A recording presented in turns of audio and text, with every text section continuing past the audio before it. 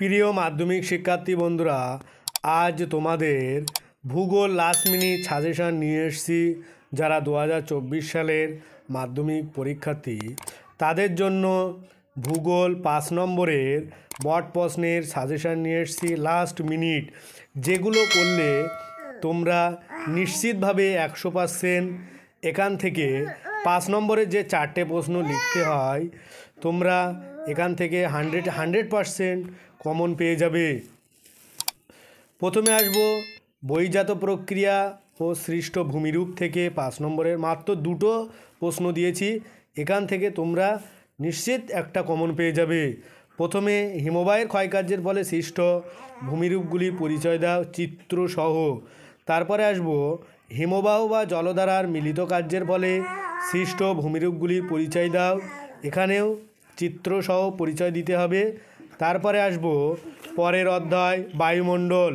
প্রথম প্রশ্ন উষ্ণতার তারতম্যের ভিত্তিতে বায়ুমণ্ডলের স্তর বিন্যাস করো।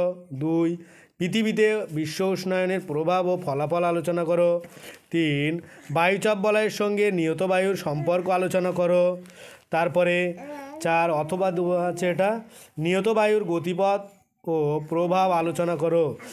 ভিডিওটি ভালো লাগলে অবশ্যই সাবস্ক্রাইব করো, সঙ্গে কেমন হয়েছে ভিডিওটি কমেন্টে অবশ্যই জানিও, আর লাইক করে দিও ও অন্য অন্য বন্ধুদের সাথে শেয়ার করে দিও।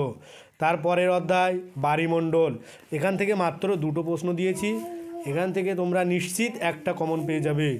প্রথমে সমুদ্র স্রোতের প্রভাবগুলি আলোচনা করো। তারপরে জোয়ার ভাটা সৃষ্টির কারণগুলি আলোচনা করো। তারপরে আসবো ভারত থেকে 5 নম্বর অধ্যায় প্রাকৃতিক ভূগোল থেকে দিচ্ছি যে 2টো প্রশ্ন, এখান থেকে তোমরা নিশ্চিত একটা কমন পেয়ে যাবে। প্রথম ভারতের পূর্ব উপকূল ও পশ্চিম উপকূলের মধ্যে পার্থক্য লেখো। এটা ভীষণ ভীষণ ইম্পর্টেন্ট, 100-এ 100 ধরে রাখতে পারো, এটা তোমরা নিশ্চিত কমন পেয়ে যাবে। তারপরে আসবো পরের প্রশ্ন বরাবর হিমালয়ের শ্রেণীবিভাগ আলোচনা করো। তারপরে আসবো ভারতের অর্থনৈতিক পরিবেশ থেকে যে প্রশ্নগুলো দিচ্ছে, এখান থেকে তোমরা নিশ্চিত 2টো কমন পেয়ে যাবে। প্রথম প্রশ্ন ভারতের গম, চা, আখ এই 3টি চাষের অনুকূল ভৌগোলিক পরিবেশগুলি আলোচনা করো। এই গম, চা, আখ এখান থেকে নিশ্চিত একটা প্রশ্ন তোমরা ফাইনালে কমন পেয়ে যাবে। তারপরে আসবো পশ্চিম ভারতের কার্পাস বয়ন শিল্পের কেন্দ্রীয় ভবনের কারণগুলি লেখো। তারপরে পূর্ব মধ্য ভারতের লোহা ইস্পাত শিল্পের কেন্দ্রীয় ভবনের কারণগুলি লেখো। এই 2টো থেকে তোমরা একটা 100-এ 100% কমন পেয়ে যাবে। তারপরে আসবো ভারতের নগরায়নের সমস্যাগুলি আলোচনা করো।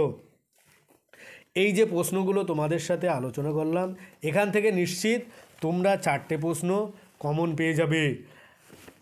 আজ ভিডিওটি এই পর্যন্ত। পরের ভিডিও পেতে চ্যানেলটি অবশ্যই সাবস্ক্রাইব করো আর পাশে থাকা বেল আইকনটি ক্লিক করো।